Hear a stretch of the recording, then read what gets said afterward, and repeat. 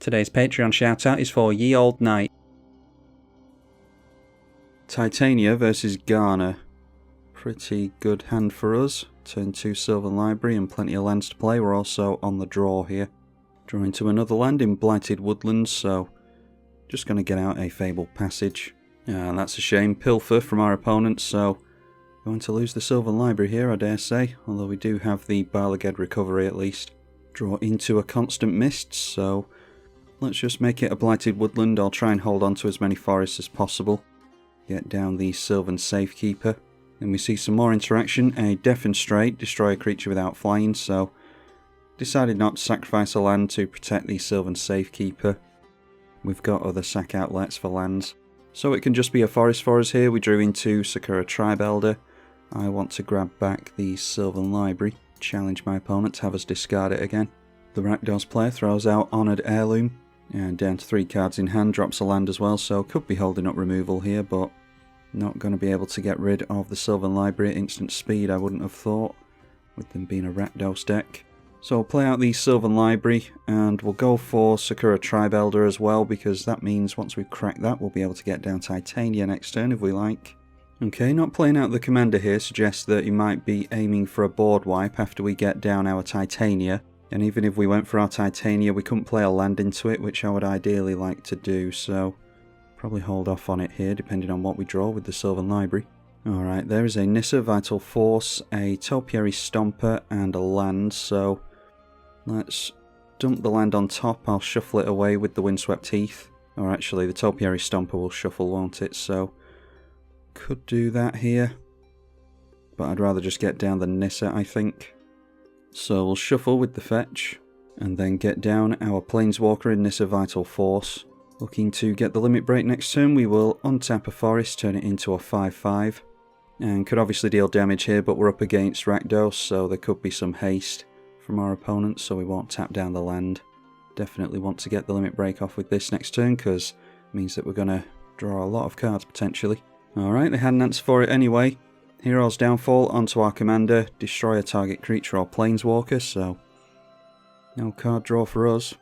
And then Honoured Heirloom, tapping that down to exile the Nissa, so not going to be able to dig it out with an Elemental Bond or anything like that.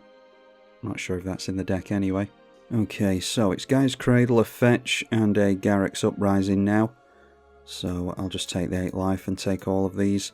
I'd like to get down the Garruk's Uprising here into the Topiary Stomper, I think. And then we can play Titania the next turn and start drawing cards.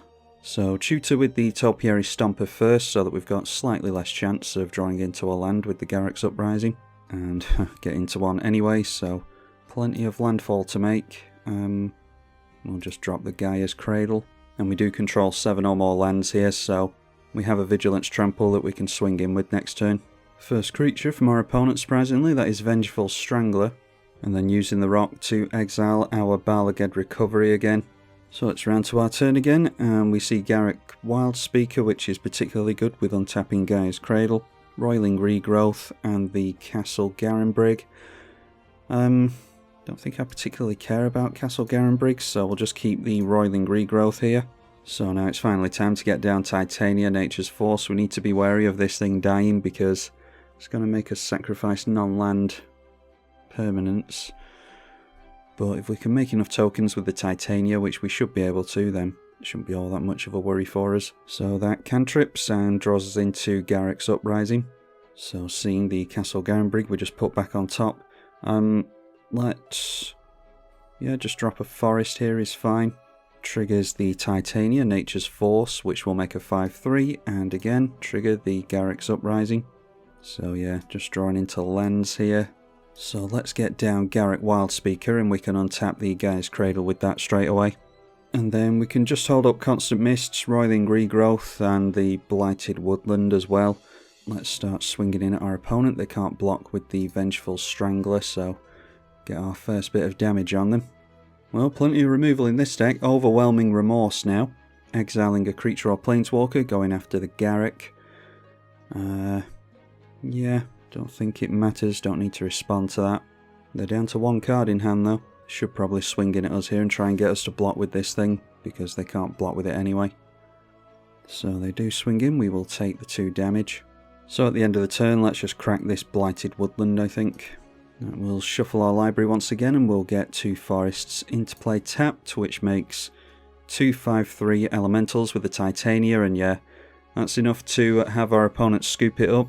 Slowed us down quite nicely, but not well enough to stop us entirely, and he'd run out of cards at that point, so we'll try another game. Up against a fellow ramp deck this time, Gishath, and yeah, we've got plenty of ramp in hand, pretty much nothing but ramp in hand, but we will try it. We're on the play this time, so have a slight advantage over our opponent, but it all depends on whether they've got mana vaults and all that in their opening hand here. Had to mulligan down to 6, which is noteworthy. Drawing 2 Balaged Recovery again. It is just a 3 visits this turn after our opponent got down the tap land. That doesn't bode well for us though. Sylvan Library from our opponent, with no means of removing it at the moment. We draw into Blighted Woodland. So drop the Blighted Woodland, and I think we're holding up the Roiling Regrowth so that we can get 3 lands from the Nissa's Pilgrimage next turn. Gishath just goes down to 36 and plays out a Spinerock Null. But doing nothing else with the turn, thankfully for us, so we'll play this Roiling Regrowth and sacrifice a forest in order to get 2 out. Okay, into Azusa, after we've already got all our lands out, unfortunately. Play at Nissa's Pilgrimage, and we do have Spell Mastery on that, like I said previously. So 1 forest into play tapped, and 2 into our hand. And suppose we might as well play the Azusa here. But I don't think I want to play these forests until we've got the Titania in play. Probably get down Titania next turn because Mana Reflection into nothing isn't really going to be all that worthwhile, I wouldn't have thought. Might be lulling our opponent into a false sense of security here as well. They might assume that we don't have any lands to play into the Titania because we didn't play any with Azusa. Well, it's quite obvious that we would hold lands back for Titania. First bit of ramp from Gishath is a Farhaven Elf.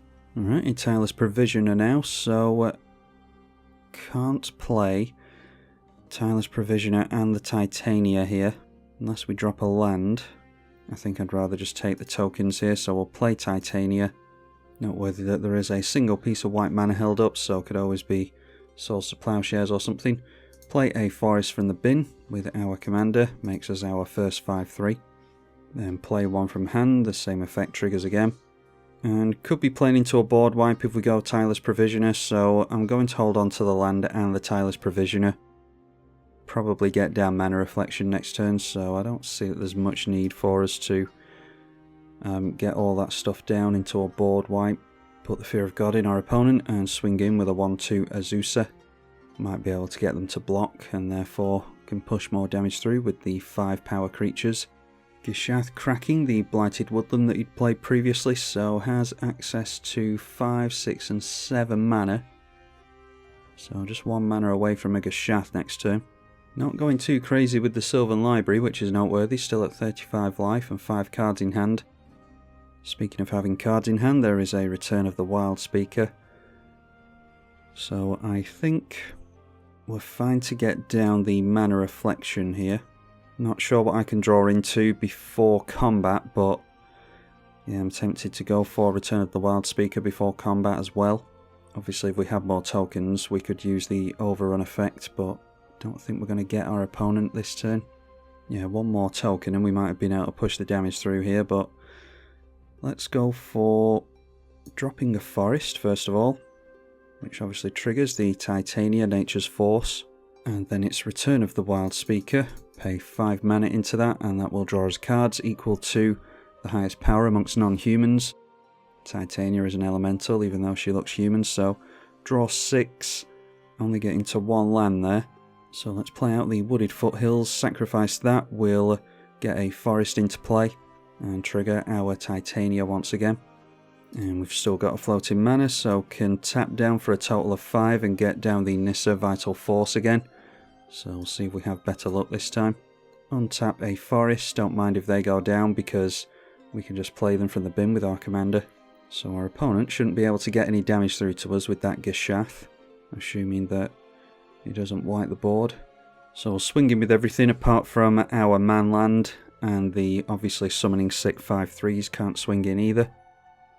Likely going for Balaged Recovery onto the Return of the Wild Speaker again next turn and drawing even more cards.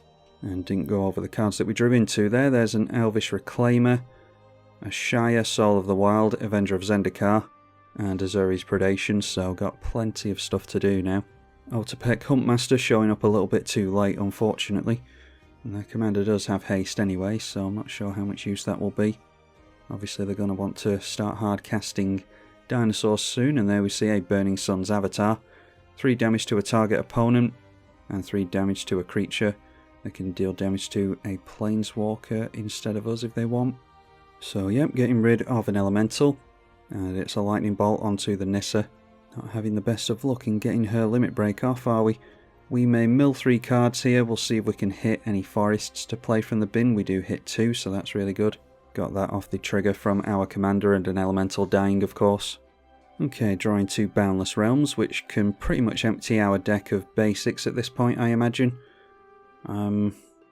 Let's go for tapping down a forest, then we can untap it with the Nissa. And might just swing in with that here and try and go for an overrun with the Return of the Wild Speaker. So let's get down a Shire first of all. We can start making landfall with a Shire left, right and centre. A Shire counts as a forest, as will all of our non-token creatures now, so triggers the Titania and makes us another 5/3. And we'll get down the Tireless Provisioner eventually. This can trigger landfall again, and funnily enough does trigger its own landfall, so we'll get ourselves treasure is fine. I don't think we care about food. And yep, our opponent's seen enough there. All we were ultimately going to do is play Balaged Recovery, and I've just been kicked out into the lobby, but it would have been Return of the Wild Speaker and would have done that at instant speed. I think my opponent couldn't have necessarily made any decent blocks there, and we probably go wide. I hadn't actually worked it out yet, but our opponent had obviously seen enough and didn't fancy his odds, so there we are. Hopefully you all enjoyed this revisit to Titania Nature's Force. If you do enjoy these videos, then please consider leaving them a like, because it does help with YouTube's algorithms and potentially pushes the videos out to other viewers. You can support financially on Patreon as well, as you all know, so a big thank you to all of you who do that already. Link is in the description if you want to as well. I'm Tribalkai. Thank you for watching.